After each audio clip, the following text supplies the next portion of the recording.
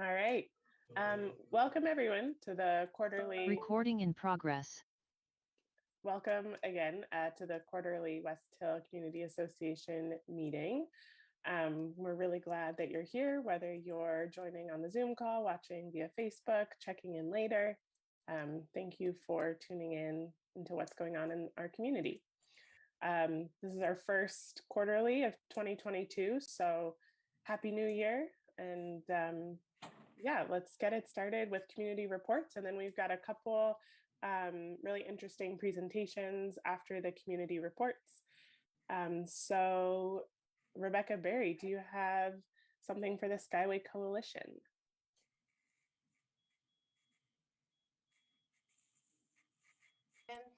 Hi, everyone. Yes, I do. Thank you. Hi, John. I see John just popped on. Hi, everyone. My name is Rebecca Berry. I'm the Skyway Coalition Manager. Very excited to be here tonight. Good to see some coalition faces, stewardship team members, and just excited to thank you for your advocacy with a lot of your work and investment in the work that we do with the coalition. We've seen a lot of really exciting investments and projects coming to Skyway. You know, we're working on getting the, sorry, is that feedback just for me? Okay, must be. Sorry. So yeah, we're working on bringing in a new community center soon. We have community investment participatory dollars coming to Skyway. There's just a lot of exciting things coming, and please do visit the Skyway Coalition website to sign up for our newsletter so you're able to stay connected and be connected with opportunities. We also have, I'm so excited to share, we have a new position that's becoming available at the coalition. I will be sharing that position out, so stay tuned, sign up for the newsletter, and just be on the lookout for that opportunity. And then, as always, we are looking to involve you more as members, and I'm going to go ahead and drop the form to sign up to be a member of the coalition, and again, just connect with a lot of ways to invest in the community and promote our equitable development in bringing affordable housing and economic growth to our community. So just looking forward to connecting with you. Visit our website for the newsletter, and happy to answer any questions at any time. My email is rebeccaberry@skywaycoalition.org. So thank you. Thank you, Rebecca. I forgot to say, if anyone is joining us on Zoom and would like to put questions into the chat for any of the community partners who are sharing updates, please feel free to do that, and we'll make sure that those questions get to the right people. All right. And Rebecca, thank you for sharing those resources. I'm sure that our tech folks will help make sure to get those out. All right, do we have King County Local Services on the call? John Taylor or Kevin LeClaire, David Daw or Bong? So I know that Kevin can't be here tonight, but I'm from Local Services if folks would like a mini update on the sub-area plan process. But other than that, I don't have the additional information. Okay, thank you. We can also, we could cycle through the other community reports and then check back. And Nicole, if you'd like to share the update, that'd be great. That sounds great. Okay, great. I know that Cynthia won't be able to make it from Skyway Water and Sewer. I hope it's okay that I say this, but it's her birthday. And if you have any questions for Skyway Water Sewer, feel free to drop them in and we'll get them over to her. And I also know that Chief Eric Hicks won't be able to be joining us from King County Fire District 20. But we will move on to Randy Matheson from Renton School District. Do you have an update to share with us? Hi, thanks for letting me take a few minutes tonight. Randy Matheson, Executive Director of Community Relations in the Renton School District. We have a couple of things we'd like to share with you. Of course, we recently had our replacement levy elections on the ballot February 8th. We've got 16 precincts in the Skyway area that are in our Renton School District. Great turnout, about 24% of voters turned out, which was consistent throughout our district. We had about 24% of our voters turn out. Passed with the overwhelming majority, 18,055 votes, 62 and 63% approval. So that was a super majority. We only need simple majorities to pass levies. So folks are supportive of their local schools, and that's always great to learn through these elections. And of course, the levy elections provide funding for a lot of things that are going to support our students and teachers throughout the next 4 years. Again, these were replacement levies, so they expire every 4 years, and we have to come back out to voters and ask for that continued support. Quick COVID update, cases throughout the county and throughout the state. Cases within the Renton School District have dropped dramatically since the start of the calendar year. We started off as we came back from winter break in January with a lot of cases. A lot of students and staff and families had been contracting the new COVID variant as they came back to school. That has completely dropped off now. We're down to like 6 cases of students and 1 staff member each day. So it's considerably less. The governor is expected sometime soon, I think this week, to actually announce the removal of the face mask mandates, face mask mandates for inside. Outside, of course, is already has been stopped. We're not really sure exactly what that's going to mean for schools and school districts yet. What we think is going to happen is that the requirement for face masks is going to move then to local school districts and local healthcare departments, so move away from the state health department and the governor. So we're expected to get that information sometime this week, along with everybody else in the state, and then determine how we move forward with face masks in schools and some of the other protocols that we have in place for COVID. It's not completely gone. We all know that. And we will continue working with King County Public Health to make decisions about how to continue to keep students and staff safe while they're at school.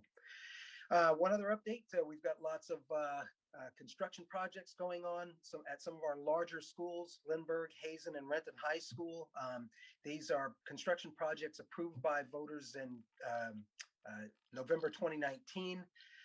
Hazen High School has a large pool. I don't know if anybody drives to Hazen to swim in that pool, but that pool is going to be closed down for probably a year as we completely renovate that pool. So that's a big project at Hazen High School. Lindbergh High School has some significant work being done. Science classrooms and a upgrade to the entryway at the school to make it safer. And then at Renton High School, we're improving science classrooms there too, locker rooms. You may know, and then again, you may not. So I'll share this information with folks. Renton High School is a very difficult school for us to do any kind of large scale work to. And it's the reason why the large field on the west end of the high school hasn't been touched for years, is because it actually sits on land that is believed to be archaeologically protected because of the Duwamish tribe. So anytime we want to put a shovel in the ground anywhere at Renton High School, we have to have our archaeologists come and do studies of what's in the ground and make sure that there's no burial grounds we're disturbing and so on, which extends the time and costs a lot of money. So we're looking at Renton High School now to do some work inside, but for future, we're just trying to decide how we can make that school equitable for our students. They don't have a play field or a ball field on site. They have to walk over to the stadium to use that. The other high schools do have that. So we're grappling with how we can improve Renton High School for students now and well into the future, given those archaeological restrictions that we have of doing things on the grounds there. But we do have some plans in place to improve interior-wise, again, the science classrooms and so on. So other work is being done at Dimmitt Middle School too, up in the Skyway area. And of course, we're always improving education for all of the students in all of our schools up on the West Hill We're seeing growth in those schools. So people are obviously, as you know, are moving into the area and enrolling in those schools. And we'll have an update on student enrollment at some other time. So. Thanks, Randy, for all of those updates. Sure. And yes, Renton High School is, I guess, where Skyway West Hill students feed into. So that is pertinent to our community. All right, just wanted to circle back here. Skyway Water Sewer. I think we have, let's see, John Alt filling in for Cynthia. If there are any updates from John or any questions. No, I don't have a report prepared. Cynthia asked me to sit in and see if there's anything she needed to know about. I'm here. Okay, great. So feel free to drop questions that John can take back to Cynthia regarding Skyway Water Sewer. With that, is there anyone here from the King County Sheriff Office? Yes, great, Joe Hodgson. I might have said that wrong. It was pretty good, actually. Most people don't do well with it, but you did well, so great. Hello, everybody. I'm Joe Hodgson. For anybody who doesn't know me, I'm the major at the precinct down at our Burien station that covers the West Hill Skyway area. I don't have a lot to report tonight. I do have some basic crime stats that just I want to run over, things that have occurred in the month of January. We did see a significant increase in commercial burglaries for the month, and that's very troubling. It's not inconsistent with a pattern we've been seeing in other parts of our jurisdiction, including White Center and SeaTac and Burien. I'm not sure who the culprits are. I know we've made a few arrests for a few individuals, but obviously there are still some out there and still plying their trade, I guess, for lack of a better way of putting it. And so the commercial locations are getting hit a little bit hard. Generally, we also saw a substantial increase in vehicle prowls, and those jumped up quite a bit. And again, when I say quite a bit, we have to speak in relative terms. We're talking about moving from 1 total in December to 7 total in January. So, and like most crimes, one individual or one group of individuals can kind of wreak havoc in a single night or in a single week and hit multiple targets and raise our stats. So it kind of comes down to tracking them down. Unfortunately, I will report that crimes in general were on the increase in January. There was only a couple categories we actually saw decreases in criminal activity. Again, this is not inconsistent with what we're seeing all over our precinct, and frankly, all over the region. Other cities and other King County precincts are all seeing generalized increases in crime. The only things we saw come down, there were residential burglaries and firearms violations, which given the tone of what's going on all over the nation, the decrease in firearms violations is nice to see. But again, we're talking 1 month, and I don't want to say that there's a trend just yet, but good news no matter how you look at it. The big news for us right now is we are working our way through some very substantial staffing concerns. We're up to 100 vacancies in the sheriff's office right now. It's hovering right around 100. It might have gone just over, or it might still be sitting at about 99, whatever the case. We are significantly short on personnel. And that shortage is causing us to have to do some rearranging in our staffing, and it's going to change the way we're doing things. And some people might already be familiar that we've switched over to alternative call handling. If you've had the unfortunate occasion to have to call on us recently to report something, there's a good chance you're referred to go ahead and make the report online, as opposed to having a deputy come out, depending upon what the nature of that crime is. And that's something that's going to become, or actually is now, the preferred method for some of the property crimes with no suspect information or no evidence available is we will give you a case number and let you make that report online. Those reports will be reviewed and looked at for patterns and possible solvability factors, but they're not going to be done by a deputy on scene at this time. We're also looking at redeployments. Some of our property crimes detectives are now being redeployed out to patrol, so there won't be as much follow-up on property type crimes anymore. And it's not good news, but I don't think it's fair not to let you know what's going on with us. We are moving our force to make sure we are responsive to emergency calls for service. That's the highest priority, and then we will try to work through how we're going to do follow-ups as we continue forward and try to prioritize and continue that activity. But we're going to be a little bit hampered. The only other thing I had to mention is that today I was notified that Captain Pete Horvath, for those of you who have met him, he is now being transferred to our North Precinct. And effective next month on the 1st of March, we will be getting Captain Heather Volpe coming to the precinct. She's coming to us from our comm center and has experienced most of her experiences in the north end of the county, working as a deputy and a sergeant up there, and then getting promoted to captain and going to our comm center. And now she's coming out to do operations at Precinct 4. She carries a great reputation, and I'm looking forward to working with her.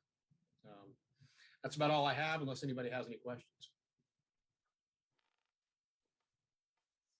Thank you, Joe. We'll monitor the chat and we'll see if there's anything coming in from the Facebook stream and get any questions your way. But we appreciate the update and, you know, some transparency to explain what's going on in the community. So thanks. We did have one question come in for Skyway Water Sewer. So I think we still have John with us. Any updates on the pause for collecting late fees or liens and other charges? What was the end date for those actions? I'm not sure the exact date. I believe was the end of last month. And unfortunately, there's quite a few people who have not signed up for a payment plan. We are anticipating a large amount of shutoffs, I believe, on the 23rd. It's unfortunate, but we actually carried our pause of collecting late fees for another month beyond what the state and asks us to do. And we're all very well aware of the hardships people are going through, but we don't have much choice in the matter. So hopefully many more people will jump into the payment plans. That date may have passed, but it would be wise if you are in need of making a large payments that you get in touch with Skyway Water and Sewer as soon as possible to work out something. Because again, last meeting, we talked of the potential of over 200 shutoffs. Thank you. John, are you able to share contact information or the website to find, you know, just some information about the payment plan, even if perhaps the deadline has passed, but who folks should contact? Just skywaywaterandsewer.org, I believe. I can look it up in a minute. I'm not used to looking at it, so. Well, that's great. Thank you. Thanks for letting us know about that. And let's see. So we'll move on from that to Child Haven. I think John Gould is here to speak a bit about that. Thank you, Fan. Hello, everyone. I'm John Gould from Child Haven, and we are the proud owners and operators of Cynthia Green Family Center, just off of 76th Avenue South and Renton Avenue South. And we're members of the Skyway Coalition, active in the Renton Innovation Zone project. And this is my first West Hill meeting. So thank you for welcoming me. I wanted to just give a quick report about a potential affordable housing and early learning mixed use project in Skyway. I'm happy to come back at any time and give more details about it. I'm not asking for any kind of decision of any kind now, but it is in the early stages, and I thought it would be good to let you all know what's cooking. So Child Haven does early learning and mental health, and we are considering partnering with a affordable housing developer and operator, the Low Income Housing Institute. Some of you may know them. They operate progressive Skyway Tiny House Village and have about 70 low-income housing properties in the region. And we currently are looking at a site that is next to the 7-Eleven on the Renton side. There are actually 3 vacant parcels of land that Lehigh has put a purchase and sale agreement on. And they together would represent about 18,000 square feet. Lehigh would develop the affordable housing, and Child Haven would do 4 to 5 early learning classrooms. As you all know, this location is an excellent location to bring affordable housing into the community. It is right across from the Skyway Resource Center. It shares a backyard with the post office. It's right across from the library, and is really part of the Skyway Business District. So we're in the feasibility phase of this project, looking to get feasibility done by the end of March. If we do close on the property, then we would enter probably about an 18-month fundraising and financing period, and construction would likely begin in 2024. We don't know the details of the housing. We seek to do subsidized, permanent, affordable rental housing. Ideally affordable to people at 30 to 50% of area median income. Child Haven early learning classrooms would be the state's preschool program, which is known as ECAP. It kind of mirrors the Head Start program. So it'd be free, full day preschool. And we'd hope to serve 120 kids if we were able to get 5 classrooms out of that space. So again, it's in the feasibility phase, but we're really looking forward to really robust community engagement. If we decide that this is a go, I'd be happy to come back here, talk to you more about the project. We work a lot with the Skyway Coalition and are bringing a community engagement plan to the Skyway Coalition a week from tomorrow. And I put my name and email in the chat, and really happy to stick around for the next few minutes to see if there are questions in the chat, but also would really welcome questions and hearing from you anytime. Thank you, Finn. Thank you, John, for that update. Yeah, if there are any questions that folks have or wonderings about this project, feel free to voice them here. I'm going to move on, but we can always circle back if some pop in. So I wanted to give it over to Khadija Jackson with the King County Metro Van Program. Thank you. Hello, everyone. I just wanted to share an update about the Community Van Program and start off by thanking West Hill Community Association for putting the program in the newsletter that went out to the residents out in January. From that newsletter, we did have our first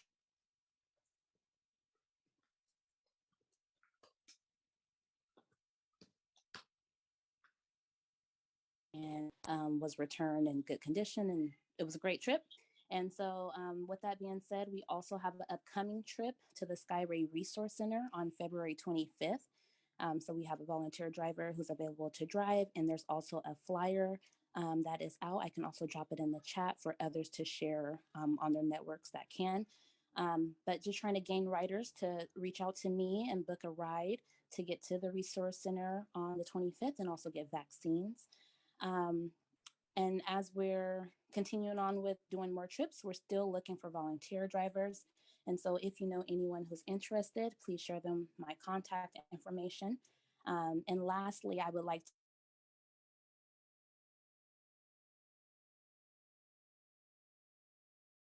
all of you guys to follow the page to learn more updates and to be able to share out with other community members. Thank you. Thanks, Khadija. We lost you there for a few seconds, but I think you mentioned you're going to share a website that folks can go to learn more about the program. Is that correct? Sorry, yes, our Facebook page. Please like us on our Facebook group page. Yes. Okay, got it. Great, thank you. If there are any folks who have questions about the community metro van program, go ahead and share those, and we'll definitely get them to Khadija. And thanks for that link. See that they're in the chat. And we also have, typically we have a community report from Chief Eric Hicks from King County Fire District 20. I'm not sure if I mentioned that already, but he won't be joining us tonight. But if you have any questions for him, feel free to drop that in as well, and we'll make sure they get over to KCFD. All right, just wanted to check before we move into the main presentations. Do we have anyone here from the Envision Resource Center, US Bank Building? Ryan Quigtar? Nope, okay, we'll move along. Anyone here from Olajuwon's Hands? Ayana Brown? Okay, and then I see that Josh Sales joined us. We did already have an update from Deputy Major Joe Hodgson, but if you'd like to share anything, you are welcome to.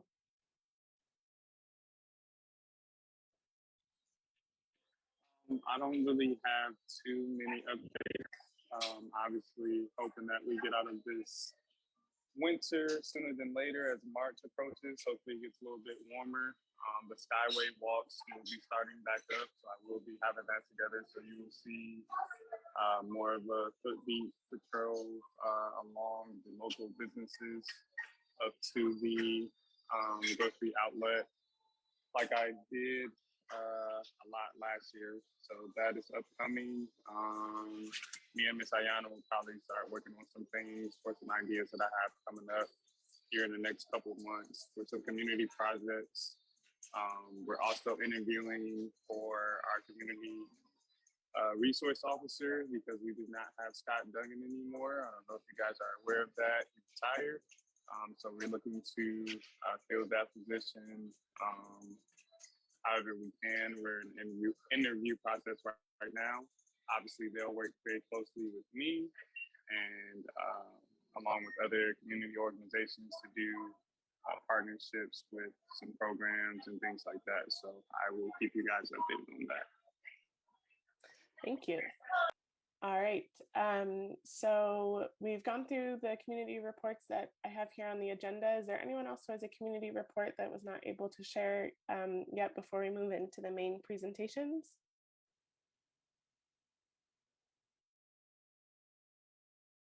Okay, first up for a main presentation, we have Nicole Sanders with King County Permitting Division. Great. Hi, thank you for having me. My name is Nicole Sanders. I'm a green building principal planner from permitting, which was already said. I'm going to share my screen. So I have a PowerPoint to walk through. I'm actually gonna turn off my video here. Alrighty. Sorry, I'm having a bit of technical stuff.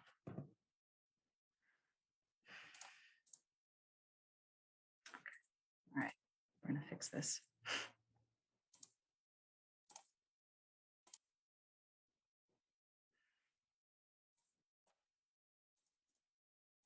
Hey, okay, wonderful.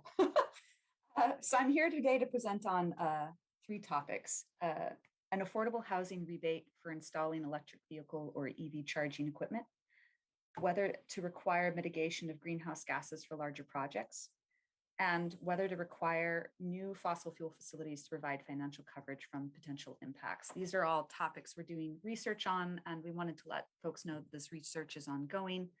It provides for at least one of these. This presentation will provide information on upcoming county legislation. It also provides an opportunity to answer questions and provide some direction on when to comment if that's of interest. The presentation is about 10 to 12 minutes. I won't be able to see chats as we go, but I'll have time for questions. I'll have a brief pause after the first 2 topics, and then more time for questions at the end. And I'll also provide my contact information at that time in case someone wants to reach out independently. So that's the outline. We'll just dive right in. So in 2021, codes were adopted that require most new larger development to install electric vehicle or EV charging equipment in unincorporated King County, and to prepare additional stalls for future chargers with wiring.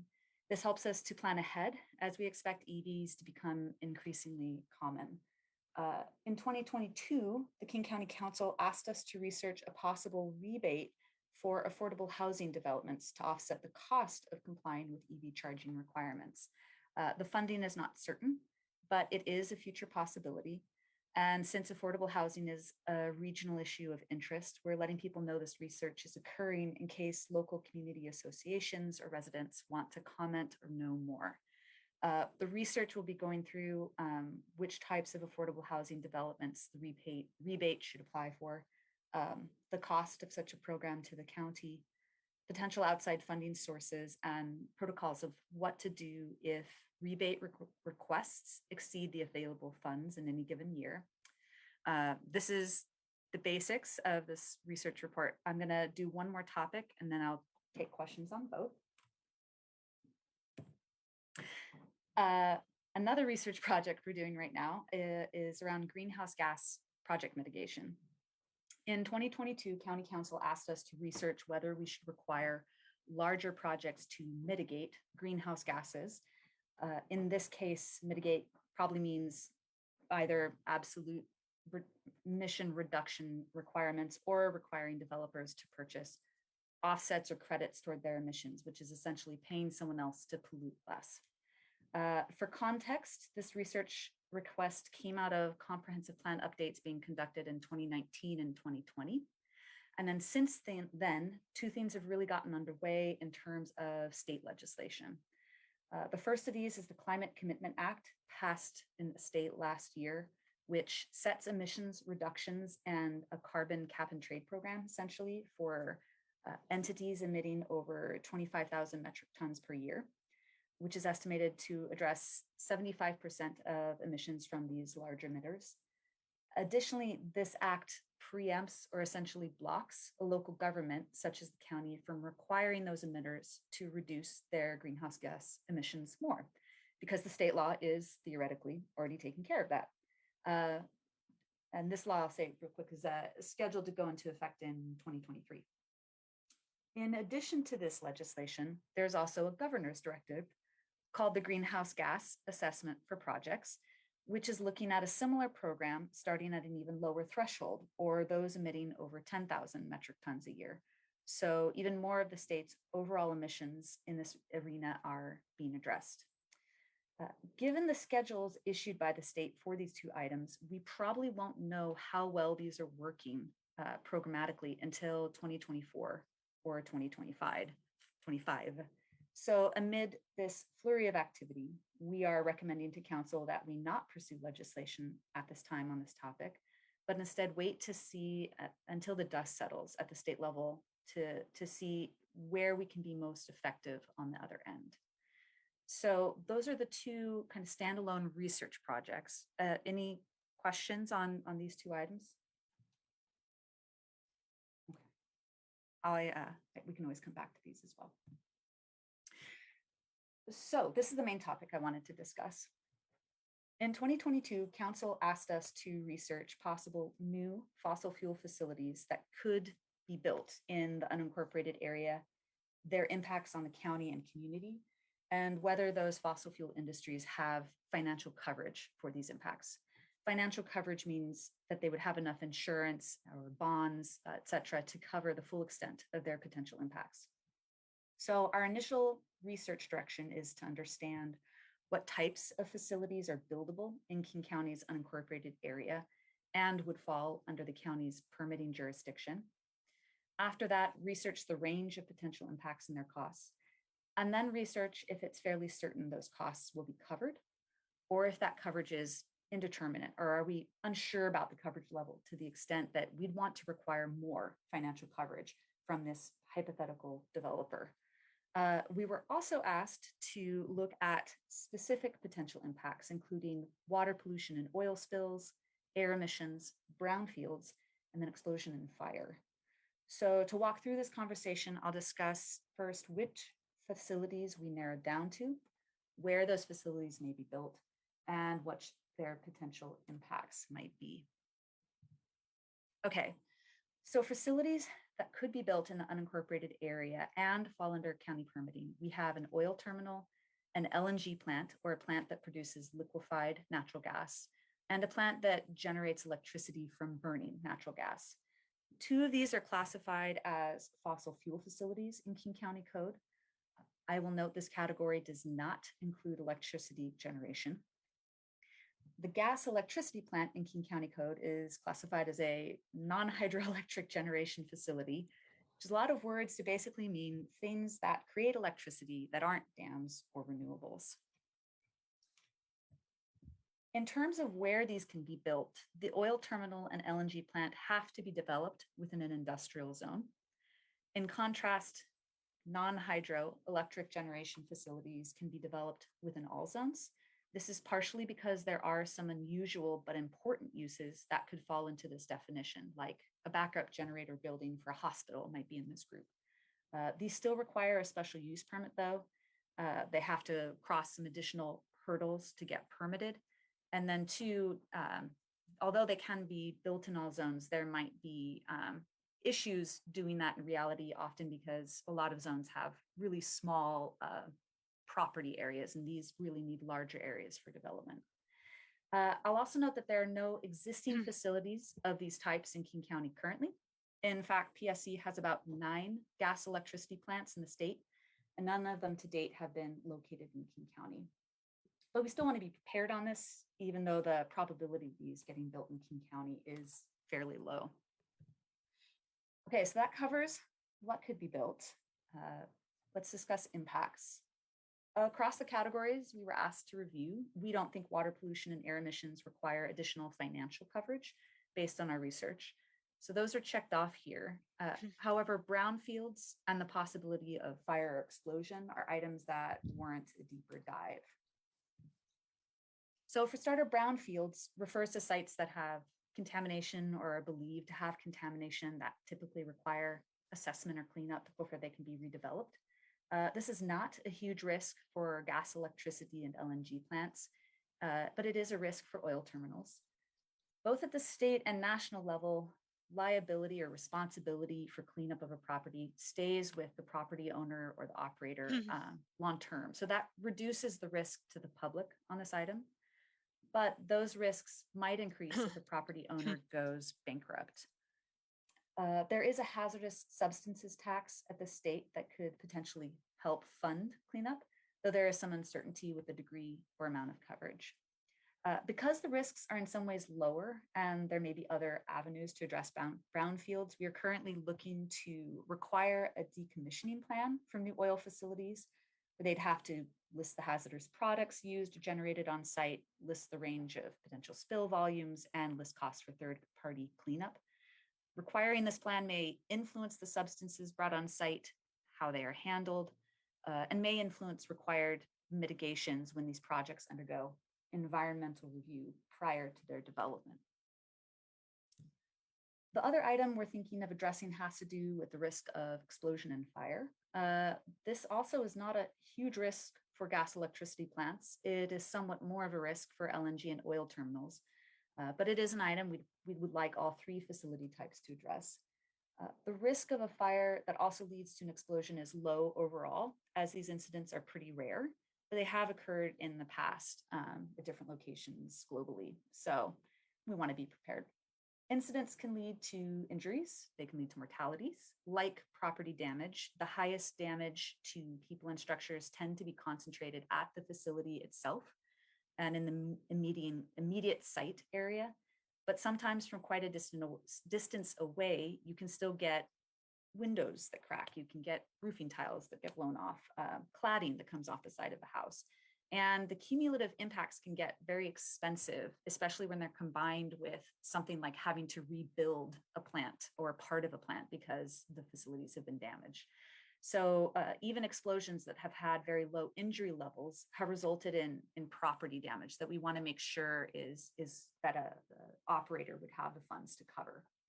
So we are contemplating requiring an explosion risk evaluation for all of these facility types that are prepared by a credentialed professional, that undergo third-party review, and that the facility must provide evidence of equivalent financial coverage. In addition to ensuring that these facilities have proper coverage, this analysis may influence plant layout.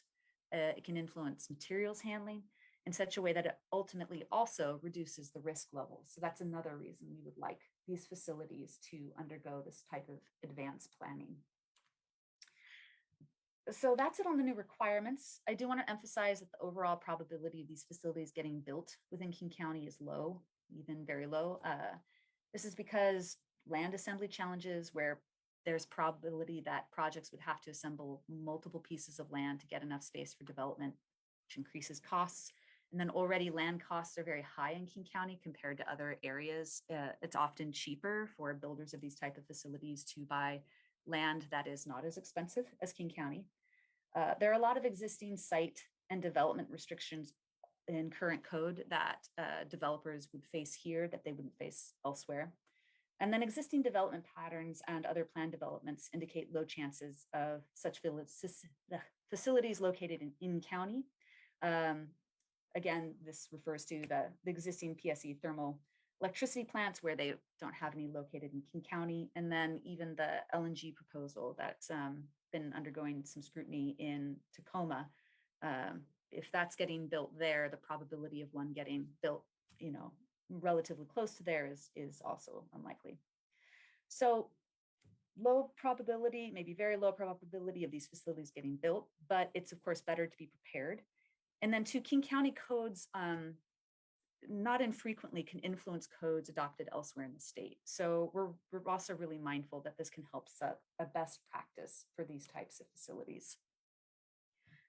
Quickly go through the schedule. This is the timeline for the proposed code changes. We're currently in an internal review stage this month in February.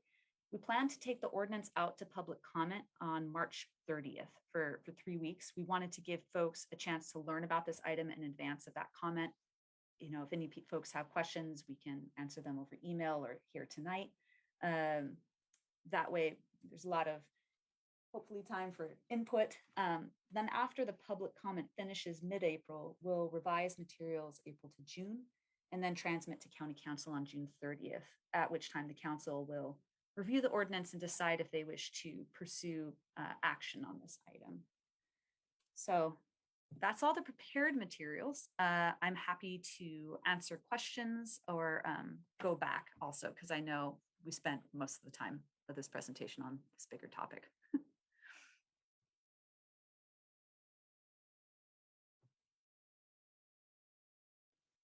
Thank you, Nicole. That was a lot of really good information. I don't see any questions coming in right now, but we'll make sure that your contact information and the link to add comments is available to folks. Excellent. Thank you. Great. Okay. I just wanted to circle back because I saw that Ayana Brown joined the meeting. So I wanted to ask if you had any community update or report about Olajuwon's hands. Yes, I do. And thank you. Thank you. Thank you. We are underway with planning Olajuwon's community family reunion. Last year ended up being a community resource. It was vaccines and WIG and mental health and Orca cards. It was just a fantastic event. And so I am underway with trying to do that again. So I have been speaking with Miss Martine Pierre-Louis and Miss Devin Love, and that's under works with trying to get it done again. I've already talked to Erin at Grocery Outlet, and she is agreeing to host us, to let us host it there again at the Grocery Outlet. And so if we can pull this off, same bat time, same bat channel, April 29th. I think last year we started dealing with the public right at 12 noon, and we were done at 7. So again, that's what we're trying to do again this year. So just keep your eyes and your ears peeled for that, for another community resource event for that Elijah One's Hands will be putting on. And so this year, one of the things that I was striving for or asking about is since the vaccine is now available for younger kids, if maybe we can get that that done. Again, I really don't know what all is going to happen. This is all preliminary meeting. We're just seeing what what hands we can get on deck. And I believe that the 29th is a Friday this year. So Friday, April 29th, grocery outlet, a repeat of the community resource that we did last year. And thank Great. you. Thank you for sharing that. I look forward to it. Okay, so under main presentations, do we have Rashd here with the Reimagining Public Safety presentation? That's okay. We'll go on and we'll come back if he does join. All right, we have an executive summary of the SR 900 corridor study in Skyway by Maan. Please correct me if I didn't say that right. Okay, take it away. Hello, I'm Maan Sidhu with WSDOT. I'm in our Northwest Traffic office, and I'm joined by Thomas Noyes. Thomas, would you like to introduce yourself? Hi, good evening. I'm Thomas Noyes, Senior Transportation Planner with WSDOT. I'm working with Maan on the SR 900 study in Skyway. And unfortunately, my computer is restarting. So Thomas, are you able to share your screen Sure. and the presentation? I'm unable to share. It says I'm disabled from sharing. Can I share? Or I think our host can set it so you'll be able to share. Just give it a moment. Okay, I'm gonna close my video because I don't want to use too much bandwidth here. Jeremy, are you able to set it so that Thomas Noyes can share his screen? Great, we got a thumbs up. Okay, bear with me.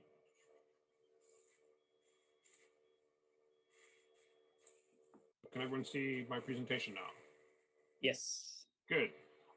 Again, thank you all for having us tonight. We have a very short presentation. I know we only have about 10 minutes, but Maan and I wanted to just give you all communities a quick briefing on this study we've been doing on State Route 900 in kind of the Skyway West Hill community. You can see the map here, the limits of our study, basically from the Renton city limits down to 57th Avenue, just before it kind of goes down the hill to I-5.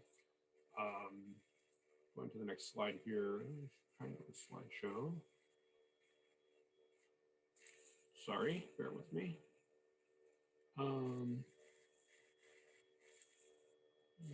Excuse me.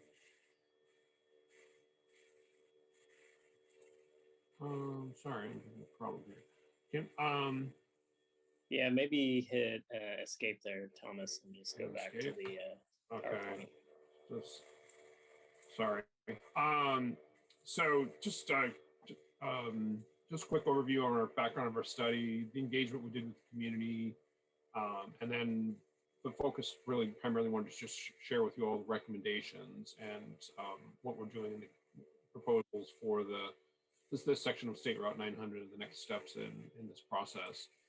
And again, what's no surprise, probably what a lot of the needs that you all are very familiar with in the community, issues to pedestrian and traveler safety, multimodal access. There's not a lot of good pedestrian crossings across this high-speed surface arterial that really kind of serves as a barrier to the community. So we really wanted the community to understand what your needs and issues were, and that was really what drove this study. Partnership effort. We work with you all here in the West Hill Community Association, King County, several divisions of King County, the roads, Metro Transit, the City of Renton, number of partners here. We did do a formal invitation to 5 tribes, sort of a formal state government to government consultation process, but they did not participate. Community engagement, we did this last year, actually starting the fall of 2020. It was all online due to the pandemic. We did an online public web survey. We did an online open house. We had a web page. We did do postcard mailers. We reached out to the community. We sent communications in 4 different languages, reflecting obviously the diversity and different communities that we're trying to work with. This is just a quick snapshot of our survey results. Top level, again, a lot of things here that will not be surprised to all in the community. Concerns about high speeds. There's really a lack of sidewalks along the corridor, poor illumination or lack of illumination, traffic congestion. I think this call out box here is kind of a nice summation, really telling the whole story from the survey, that basically concerns about cars zooming up on you while you're walking. There's not enough space to walk on the north side of 900, and that's really kind of in a nutshell what a lot of the major concerns were that we heard. Excuse me. I'll launch in now to the next slide. Just have a couple slides showing the recommendations, and let Maan speak to these because this is what I'm sure you all are most interested in. So I would also just like to briefly note that this is a preliminary planning study, and we really did focus on, again, multimodal connectivity, safety, needs of the pedestrians. We're not looking to do any congestion relief here. We're not looking to do any widening of the highway. And also the recommended concepts that we're going to present to you, there currently is no funding to implement any of these. So there's no funding for design, no funding for construction. However, there are several potential funding programs out there right now.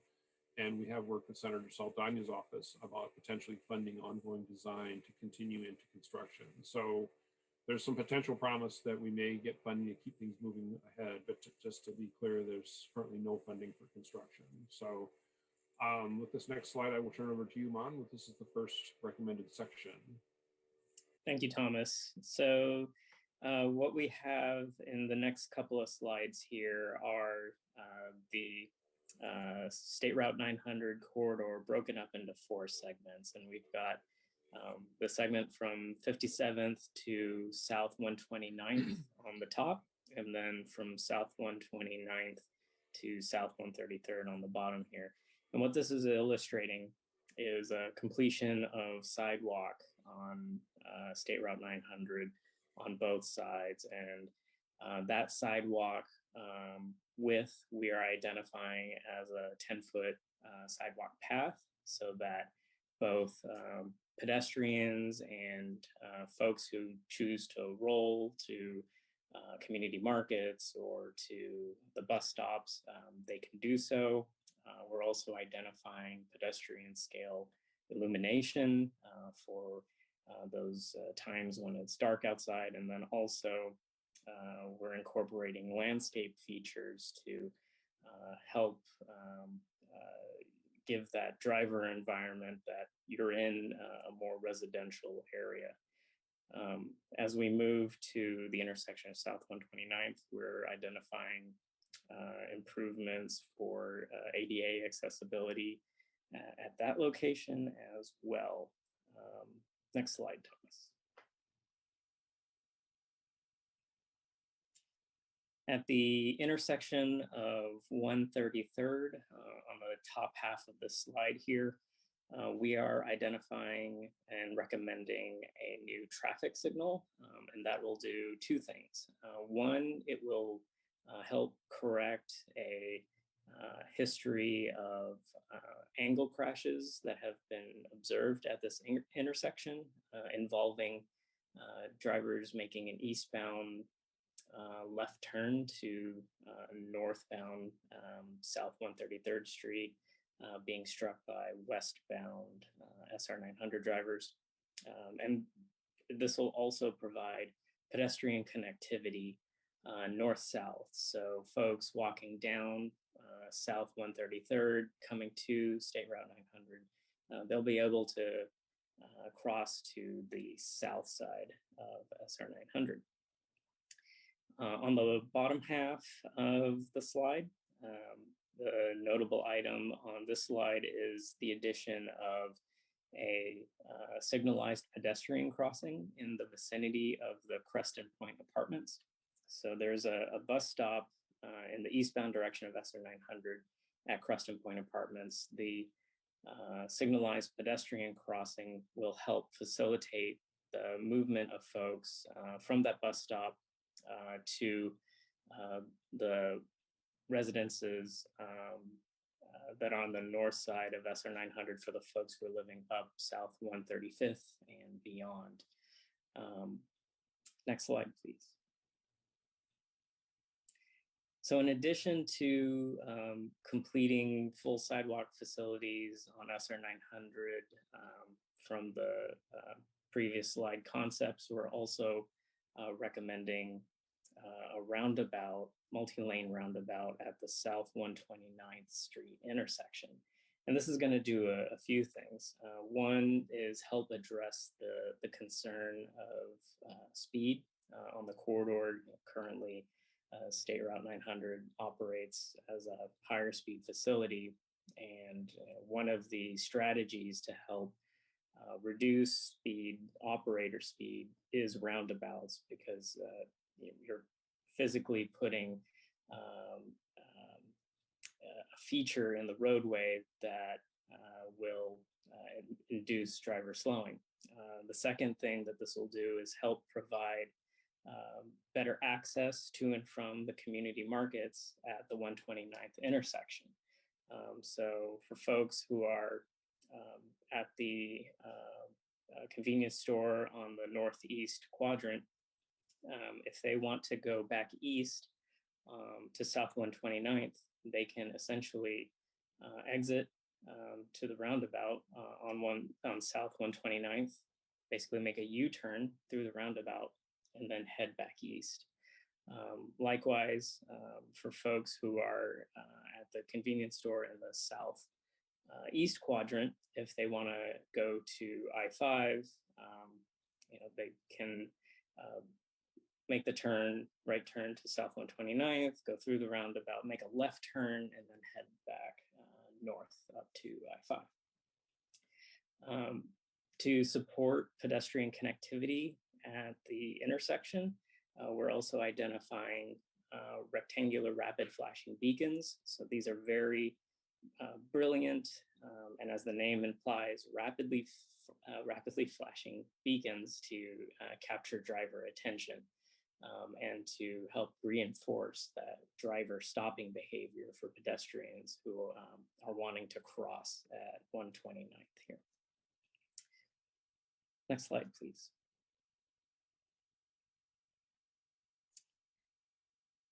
So this is a little bit small, and we'll certainly put a link in the chat to our study website. But this graphic gives a summary of the overall recommendations for the corridor. Sidewalk on both sides of SR 900, that sidewalk being 10 feet in width with pedestrian scale illumination and landscaping. The new signal at 133rd to support the eastbound left turn to South 133rd. The signalized pedestrian crossing at the vicinity of Creston Point Apartments and 135th, and the multi-lane roundabout at South 129th Street. And as Thomas had mentioned, these concepts are unfunded, but there are avenues that we're exploring to secure funding so that we can continue to move forward in keeping momentum for these corridor recommendations. Next slide, please. So for next steps, we'll be posting these recommendations on our study website. We're also composing a report, and once that's in final format, that'll also be available on our study website. We'll also be looking to incorporate the recommendations from these studies in WSDOT and partner agency plans. And as we mentioned, we are pursuing funding sources. Next slide. So the last slide has our contact information. Our study website also has our contact info. And I will work on dropping a link in the chat to our study website. Do you want me to do that, Maan, or do you want to do that? If you could do that, Thomas, that'd be great. Yeah, I'll do that. And I will stop sharing now unless there are any questions. Thank you, Thomas and Maan, for sharing that. Thank you. A lot of good visuals to be able to kind of imagine that area. So that's really good. Actually, I do have a question. Can we go back to slide 9 for a moment? Sure. Bear with me for a moment while I get this back up. Okay. Thank you.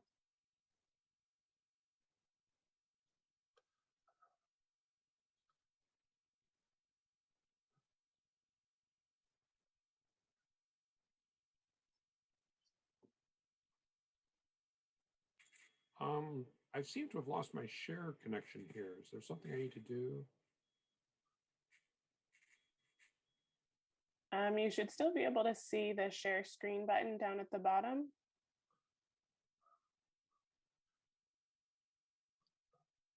But I do see one question that we could go to before maybe going back to that slide.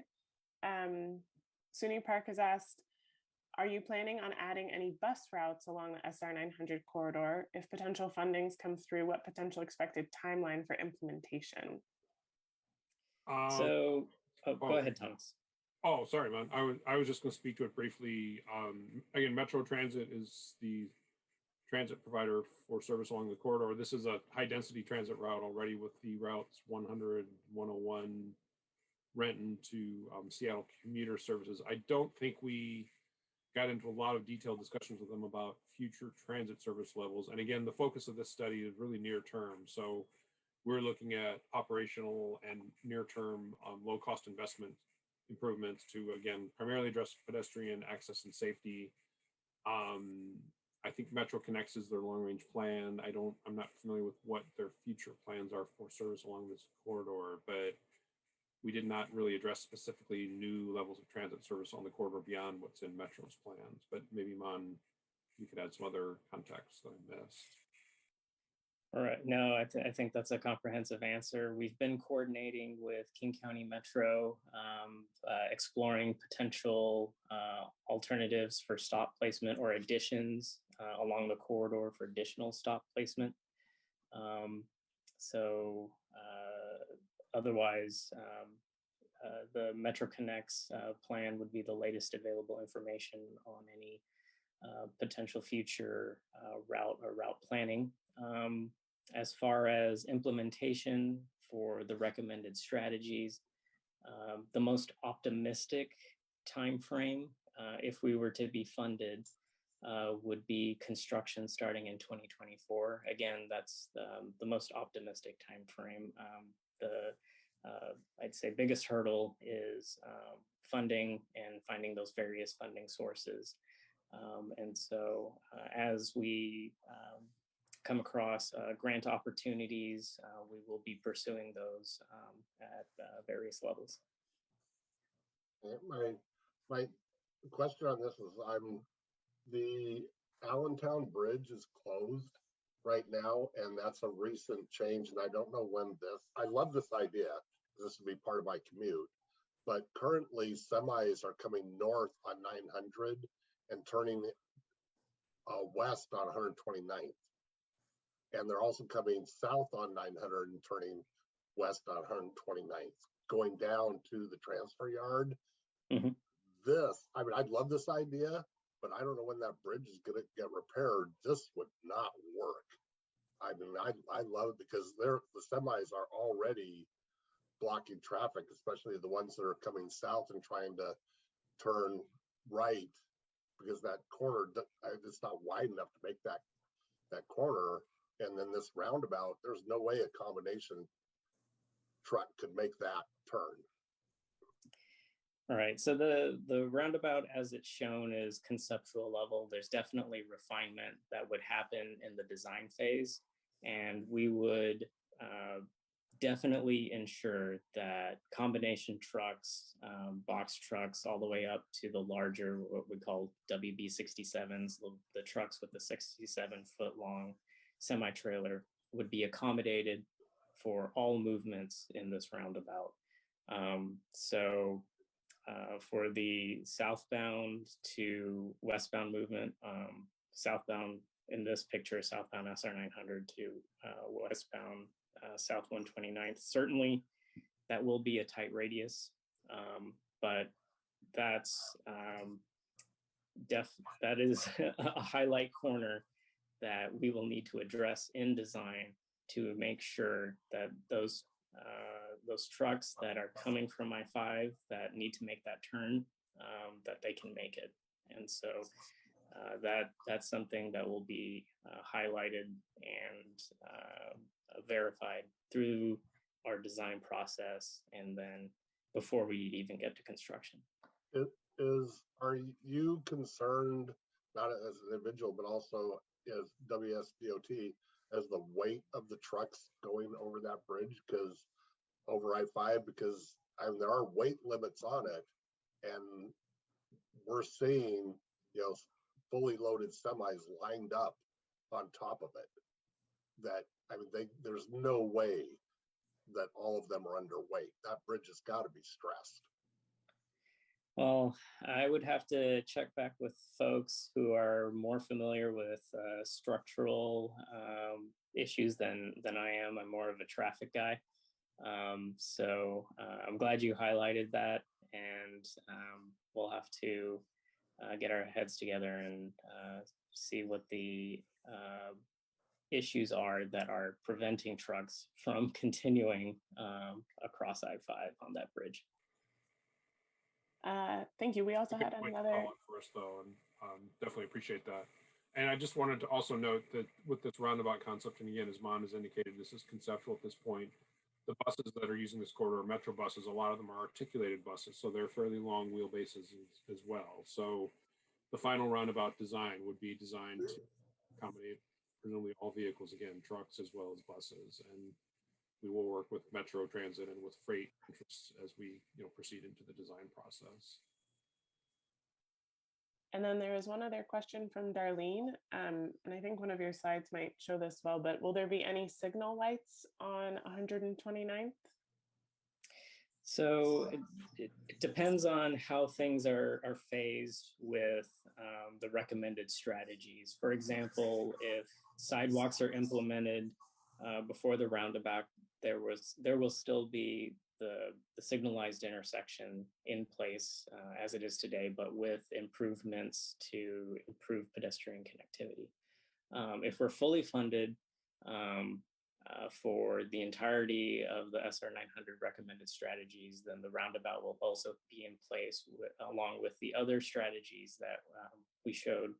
And the roundabout would be yield control, which is typical for roundabouts, and then to enhance the pedestrian crossings at the roundabout, there will be a beacon system. So there'll be beacons on the outside shoulders of the roundabout, but also in the median, in the middle of the roundabout. And those will be the very bright yellow, rapidly flashing beacons to get driver attention, so that drivers stop for pedestrians, which is the law in Washington State. Thank you. All right, if there are any additional questions, feel free to post them in the chat or communicate them through Facebook Live, and we'll make sure we get them on to Maan and Thomas. Okay, Thomas, are you able to stop sharing your screen? Yes, I'll go in and stop sharing now. Thank you. Okay, great.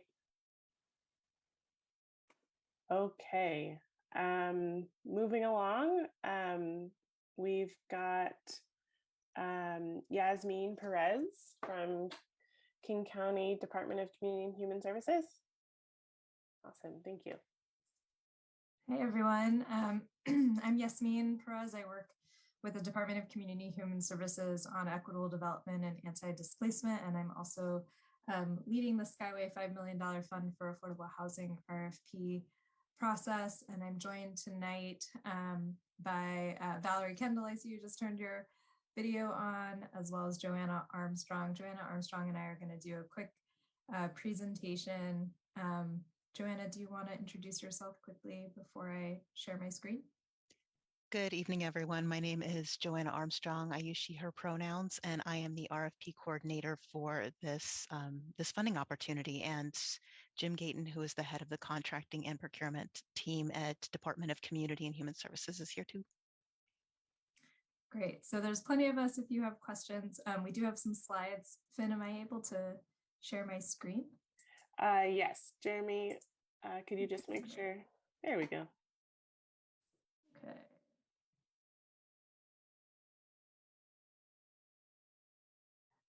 All right, hopefully that is loading into full screen mode. Thank you, West Hill Community Association, for letting us be part of the agenda tonight.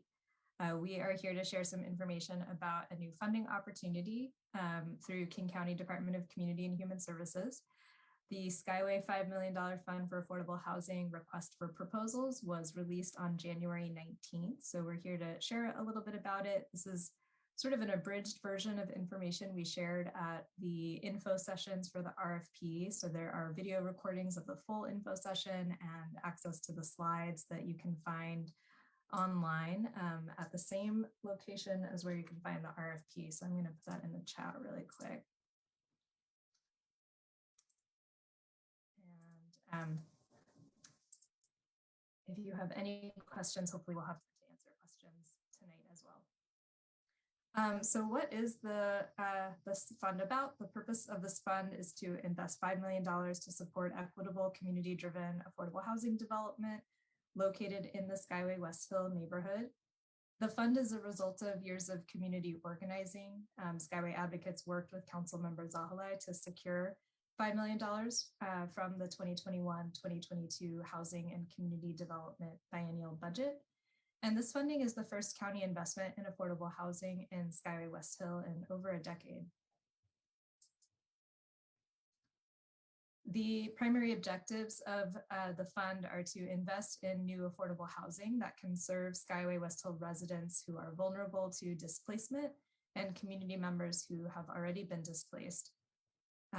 It's also an objective to align with the anti-displacement recommendations made by the executive in the Skyway West Hill and North Highline Anti-Displacement Strategies report that was completed in September of 2021. Another objective is to invest in equitable and community-driven development projects that build wealth and financial stability in historically underserved communities. And the last objective is to provide seed funding to community-driven affordable housing projects in the early stages of development and to support community-based organizations who are leading those projects in conducting pre-development and acquisition and/or construction activities. The RFP was developed collaboratively with Skyway community members. We had 2 public meetings with the broader community to help determine the fund's uses and the direction of the RFP, and a diverse community advisory committee made up of 8 current and former residents, many of whom grew up in the neighborhood, helped develop the RFP values, criteria, application questions, and scoring rubric. The community members the committee members on the community advisory committee are rooted in communities most impacted by displacement and represented a diverse set of ethnic and cultural backgrounds and included parents, artists, advocates, renters, and homeowners.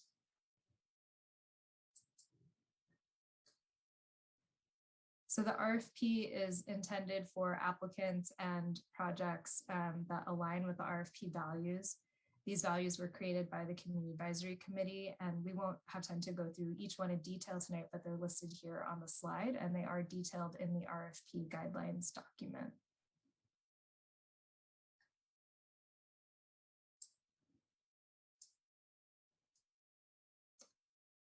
So who can apply? This slide goes over some of the minimum requirements. Because this fund intends to support community-driven projects in various stages, applicants do not need to have prior development experience or a development partner identified to be eligible to apply.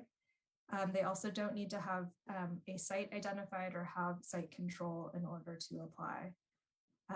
However, applicants must meet the following minimum requirements to be considered. So they must be a nonprofit organization that is either a CBO, community-based organization, or CBO for short, located in Skyway West Hill, or a community-based organization with a history of providing programs or services specifically designed to serve Skyway West Hill residents, or a nonprofit developer or organization that's working in partnership with a community-based organization that meets one of the first two criteria. The second requirement is that the proposed project must be an affordable housing capital project that includes income restricted housing for the following income levels. And the income levels are based on our fund source restrictions, as well as community priorities that were identified in the anti-displacement report engagement work. And it should be noted that projects that intend to serve lower income levels may be prioritized. So for affordable rental housing, units must serve households with incomes at or below 60% of the King County's area median income. And for affordable homeownership projects, units must serve households with incomes between 50 and 80% of the area median income. The location of the proposed affordable housing project must be in the Skyway West Hill area of King County. And in the RFP, there's a link to the map of the eligible area, as well as a link to King County's 2021 area median income and rent levels as published by the U.S. Department of Housing and Urban Development. And the applicant must have a record of demonstrating organizational, racial, and social equity values.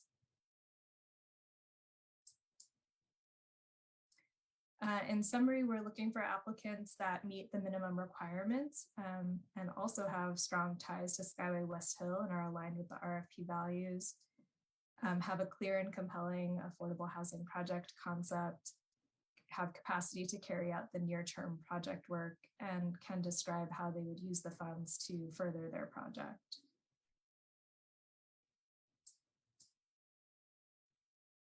So awards from this RFP can be made for pre-development up to a $500,000 maximum per project, and acquisition and or construction up to $2 million per maximum per project.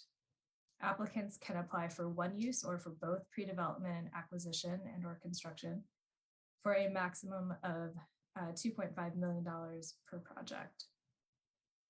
Pre-development funds can be used for costs including but not limited to hiring a broker to help identify potential sites, completing due diligence and feasibility studies to see if a site is suitable for an affordable housing project, fees to hire consultants such as a development consultant, architect, engineer, and lawyers, as well as costs associated with site control and land holding. Acquisition and or construction funds can be used for paying for the property, legal fees, land holding costs, and if the acquisition is of an existing building with occupants, then funds can be used for health and safety inspections and repairs and rehabilitation of an existing building to develop new units, as well as hard construction costs. If applying for both pre-development and acquisition, projects will need to complete an appraisal, an initial environmental assessment, and preliminary site capacity plan before accessing any acquisition funds. So we anticipate funding 2 to 3 projects total from this RFP and intend to support at least one affordable homeownership project and at least one affordable rental project. So I'm going to pass it to Joanna now. Thank you, Yasmeen. As the RFP coordinator, I'm going to talk a little about the application process. So as the RFP coordinator, I'm the central point of contact for any questions or concerns or feedback, and I can be reached at the email address you see here, dchscontracts@kingcounty.gov. And the link you see above to Zoom Grants is the application that can be completed online. And we will accept applications or proposals in 2 different ways. We'll accept online through Zoom Grants or by email. So anybody can put all the applications materials together and submit via email to the address you see in front of you. Proposals are due by 1:00 p.m. on Monday, March 28th. And we leave it in the middle of the day just in case there's any last minute technical difficulties. We can help straighten that out. Next slide. And we are excited to be partnering with Communities Rise. They'll be offering applicants up to an hour of grant writing assistance, and any applicants will be able to work with experienced consultants in this area. And the support is designated for applicants that serve communities impacted by systemic oppression and who do not have staff on hand who are dedicated to grant writing like some other organizations do. So we do have a deadline of March 14th to request this assistance, and that's just to make sure that the providers can actually have enough time to review the materials and be able to work with the applicants. And you can see in front of you on the right-hand side the kind of assistance that these consultants can provide. I just dropped a link to where you can go to find more information about this grant writing assistance as well. Thank you. And the online link that we have provided here is also where you can find all the RFP documents. So there are several documents involved, including the actual application, some guidelines, glossary, and other useful information. So if you want to access those documents, you can go to the link here and click on the library tab, and you can download every one of those documents. And again, questions or feedback, please contact me as the RFP coordinator at this email address. So now that this is a live procurement, we do have to rely on the single point of contact. So yeah, please make sure you're reaching out to me with any questions. Yeah, so if there are any questions, we can answer them now if there's time, or if Finn, you want to send us questions afterwards. Yeah, definitely. Or we can circle back if some come into the chat. Thank you for sharing this information with us. All right. Great. I believe we have 2 or 3 more presentations to go. So our timing is looking pretty good. So Heather Eklund and Sunnie Park from King County Housing Authority. I'll let you two take it away. Oh, we can't actually hear you, Sunnie. You are unmuted, but we can't hear you.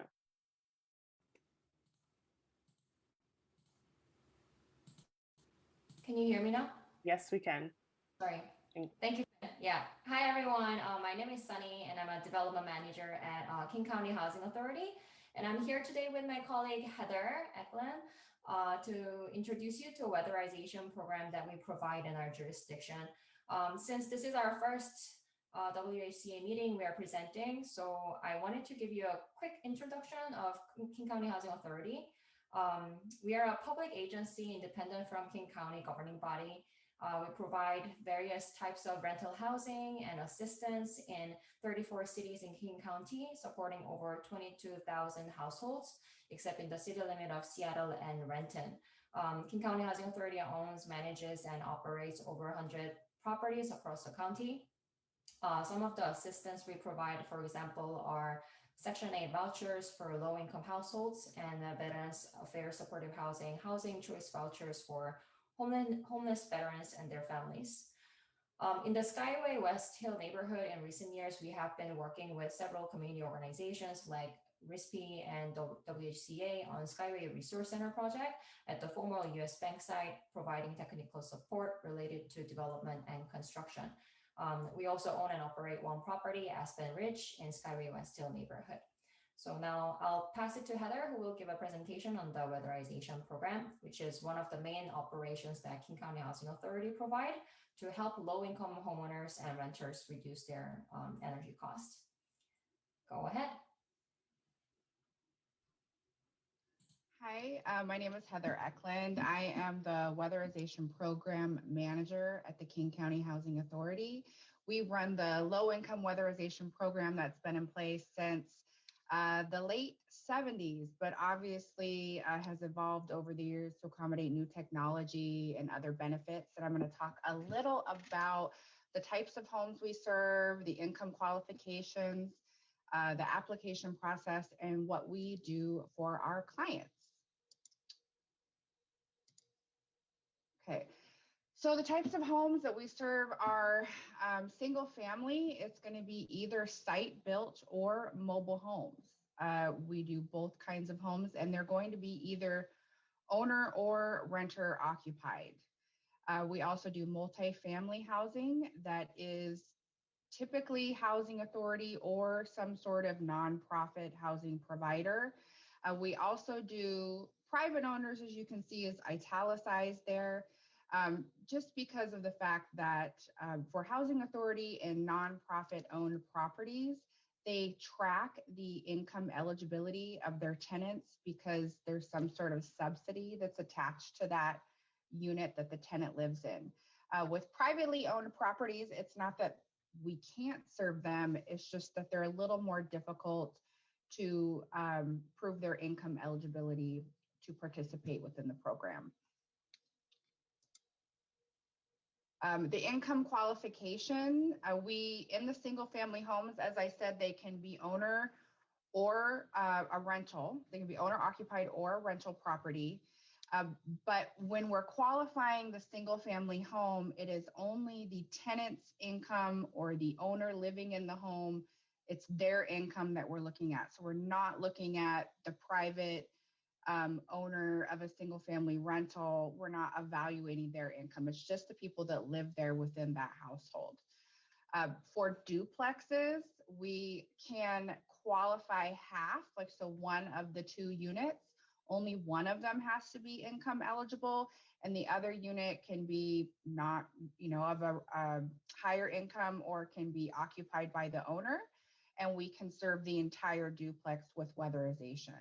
Same thing with multifamily. Half of all of the units have to be income eligible, and we can serve the entire building or project with weatherization. We operate off of the 60% state median income limit or 200% federal poverty level, whichever is greater. And it is the gross income of the household. So we have to take into account anybody who is out of high school and over 18, anybody who's earning an income in that household, and it's the gross income. There's very limited income deductions that can be taken, and that is established by the federal guidelines for the Weatherization Assistance Program. And one of the reasons why we do the duplexes as a whole and the multifamily properties as a whole is because you receive the greatest energy efficiency when you address the entire building envelope. So we wouldn't want to weatherize one side of a duplex because you're going to realize the most energy savings when you do the entire building. Just as you would with multifamily, you're not going to just weatherize the only income eligible units, you do the entire property. Our service territory is all of King County outside of the city limits of Seattle. They have their own weatherization program. So if we were to receive a client who's within the city limits of Seattle, we would refer them to that program. But the ones who are in our jurisdiction and our service territory, most often they're either going to be either Puget Sound Energy customers or Seattle City Light customers. Most of our clients are PSE. The application process in itself, we do have paper applications that used to kind of tend to be the old school way that we would do those. Since COVID, we had to become a little more dynamic and incorporate electronic applications, and we use DocuSign, which has actually been very successful. We have a pretty high rate of return, and people find that to be pretty accessible with ease because they can attach all of their income documentation and required information to the DocuSign application. The types of documentation that we need to qualify a household would obviously be their identification, the verification of their income, however they earn that income, whether it's pay stubs, Social Security, however they receive it, an ownership verification. Typically, we can check King County Assessor for ownership, but for mobile homes, for example, we would have to have a title to verify who the owner is. We need copies of their utility usage for the most recent 3 months, and then any other needed documentation to qualify the household. Some of the typical measures that we do, the thing that we do first and foremost is once we're going to start a project, we're going to provide them with an energy audit, and we use a house as a system approach, meaning we're going to go into the crawl space, the attic, we're going to take a look at the wall insulation, the existing fans that are in the home that provide the ventilation. And then from that, we have to determine what our measures are going to be performed based off of savings to investment ratios. So the cost of the measure has to save as much money as it costs, essentially. So we can do insulation, air sealing, ventilation. Those are the most typical weatherization measures. And we also take a look at heating and cooling. We're either servicing an existing system or replacing it with something that's more efficient if it's at the end of its useful life or a technology improvement. We also do respiratory health improvements. If there is a diagnosed respiratory illness in the household, there's other funding we can pull from to alleviate triggers that make it more difficult for somebody who has a respiratory illness like asthma. And we also partner with Seattle-King County Public Health and deploy a community health worker to usually the asthmatic occupant in the home that will work with them and try to work with them and having them not use their rescue inhaler as often. Sometimes it's just providing them with green cleaning tools and things like that to alleviate some triggers in the household. Some of the potential benefits of the work that we do, obviously the goal is to lower their utility bills so they're not paying as much money out every month, and they can take that money saved and point it elsewhere within their household. We are improving the indoor air quality by the increased ventilation, increased comfort year-round within the home. Not only are we wanting them to heat their home efficiently and cost-effectively, but with the changing climate, we also have the opportunity to provide heat pumps that can keep them cool in the winter as well, or in the summer, excuse me. We also want to increase their housing sustainability because they're not having to worry about things like replacing their furnace or their attic insulation, and they can remain in their home for a longer period of time. And then, as I mentioned, we also are doing things like alleviate some asthmatic triggers within the home.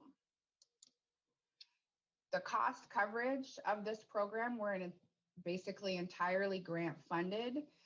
There is not a lien placed on the home for the work that we do. This is a grant provided to the homeowner or the property owner. Our funding is pulled from federal, state, and utility funds. There is, at times, there can be owner contribution. Usually that's going to be only when something such as, we're going to use as example, windows, because windows are fairly expensive.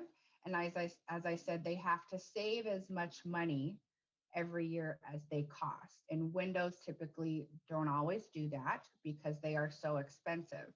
So that doesn't mean that, say, a property owner, for example, I had a duplex that had 2 tenants. The owner was elsewhere and he really wanted to invest in a capital improvement and replace all of the windows within that duplex, and he paid for that. So that would be the kind of contribution that somebody would do for the program, but they're not necessarily having to pay for any of the other weatherization work that we do that has a savings to investment ratio. Owners also have to contribute in a way through certain other agreements. For example, they can't sell the home within a certain amount of time once they've received these improvements for that home because they have an income qualified tenant. Certain agreements they have to enter into, but nothing too strenuous. So our client intake, as I said, we have DocuSign applications. The best way to get an application is to either call us or email us, because there's some preliminary intake that we do that's going to ask the household about some of the dynamics that are taking place, where they're located, et cetera. So we prefer that they reach out and they will get them an application, whichever way is most comfortable for them, either through DocuSign or through the mail. And we do have people that can help them with navigating a DocuSign application if they do in fact need it. Most people find it pretty easy to do. So that's the summary of the program. If anybody has any questions or if there's anything in the chat, I'd be glad to answer that. Thank you. And I see Sunnie posted some links in the chat as well, so we'll make sure that folks get those. Great. We appreciate all the information that you shared here. Okay, Seattle is definitely not a kind climate to our homes and places that we live in. Okay, I kind of lost our agenda here. Give me one moment. Here we are. Okay, I think up next we have John Taylor with King County Local Services. Awesome. Hi, everybody. I am going to share a PowerPoint, if that's okay, and I'm going to be fast.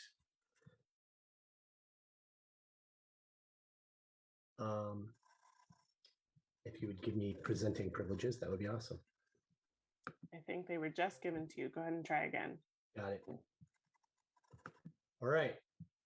So I'm here to talk this evening about fireworks prohibition that the council passed in 2021. If people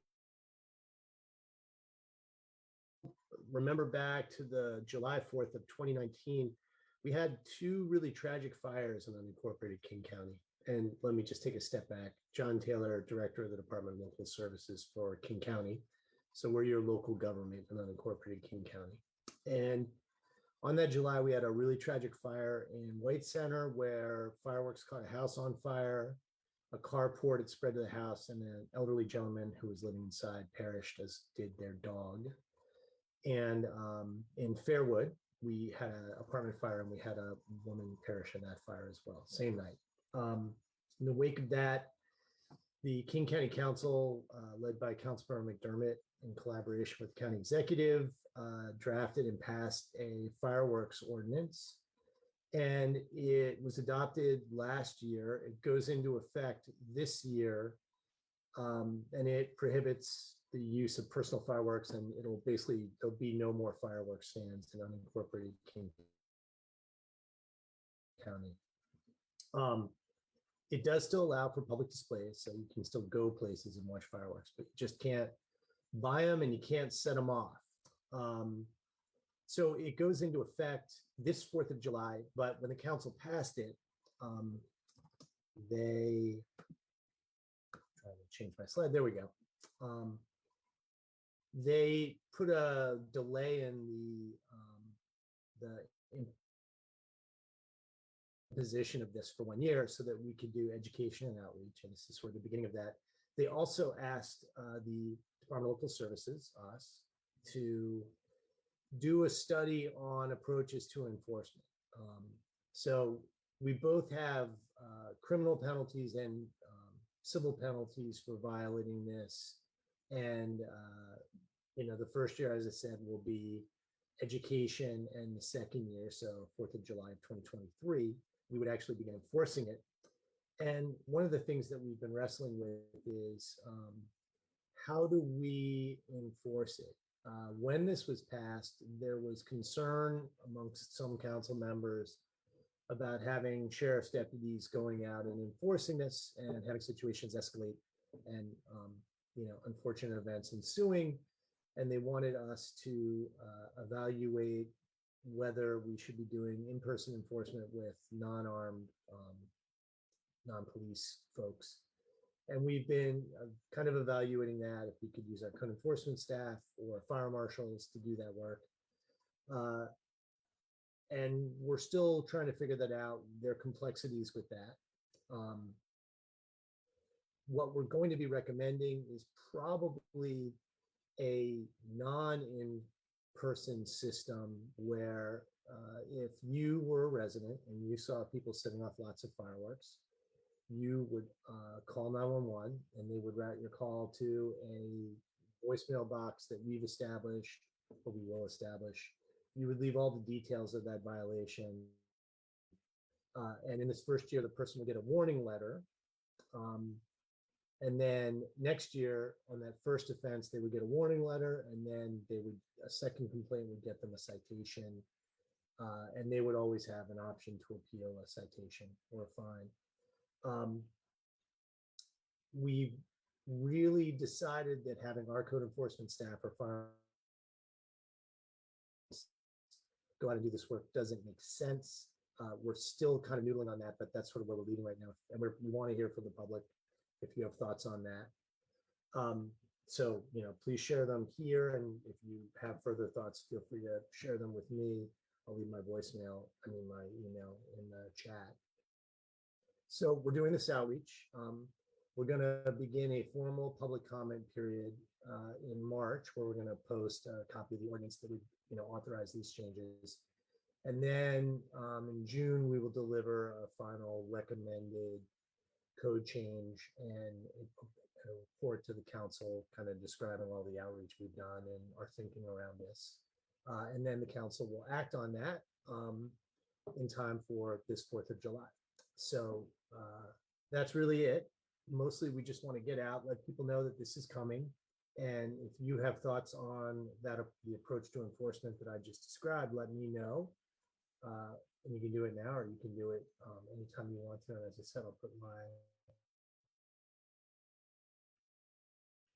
contact info in the chat. And with that, I'm going to stop sharing my screen unless people have questions that require this. Yeah. Thank you, John. There is one question here. Does this citation and fine still mean violators will get a misdemeanor on their record? How will they protect against abuse of the hotline? Would the appeal process be easy to use? If they're charged with a misdemeanor, they would have a misdemeanor on their record.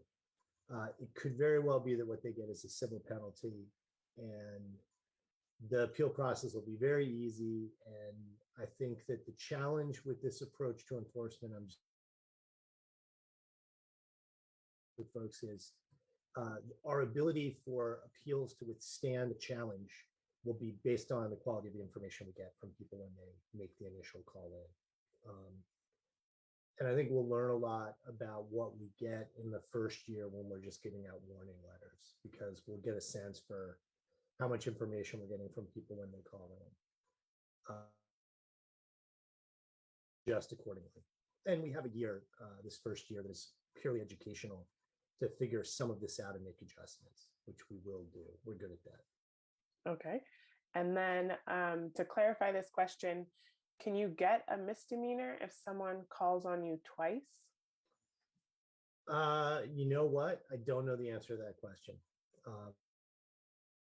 I apologize. So I'm going to leave my contact info, and if the person who's asking that question can just reach out to me, sure, I will get them an answer, but I would be making it up if I answered right now.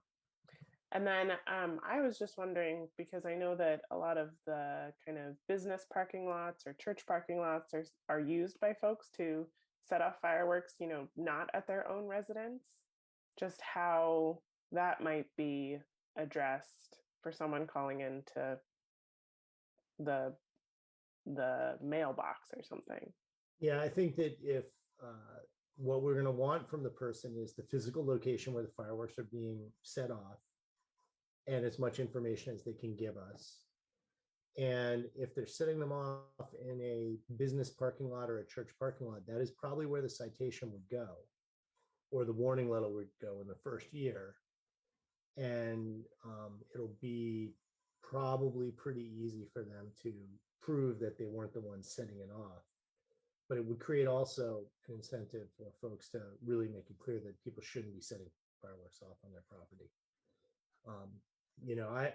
In the conversations with the fire district, and I wish Eric Hicks was here, we approached them first and asked if they would be willing to help us with enforcement. And kind of the response we got was, we're flat out on the 4th of July because there are fires everywhere because of all the fireworks. So we're just not available to sort of go out and do public engagement and education. There's no way. They're going to help us a lot leading up to this, and there'll be a robust education program. But on the night of, for them, it's like gearing up for a major event. Yep. Well, thank you for kind of giving us more information on this. And yeah, it's an important piece for safety in our communities. We appreciate it. Thank you. And so my email's in the chat. If anyone has further questions, please reach out to me and I will get you answers. And I apologize, I couldn't answer that one. Okay. I just wanted to check here if we had Rashd Ibrahim join us on the call. If not, we'll look forward to hearing from him next time. Okay, I don't see Rashd. Well, with that, I'd like us to wrap up, and I'd like to thank all the folks who presented both in community reports and presentations. Thank you for preparing those materials and offering your contact information. I also wanted to give a shout out to Miss Jeannie for preparing our agenda and reaching out to our folks in the community who wanted to share what's going on. There's a lot of exciting things going on here in West Hill and a lot to get excited about and a lot of work to do. So we appreciate all of your effort. We know that everyone is really stretched thin in this moment, and let's keep doing the good work. Miss Jeannie, do you have anything to add? No, okay. Tonight, thank you. All right, so with that, we will close it up, and we hope everyone has a great rest of their evening. Bye. Good night. Good night.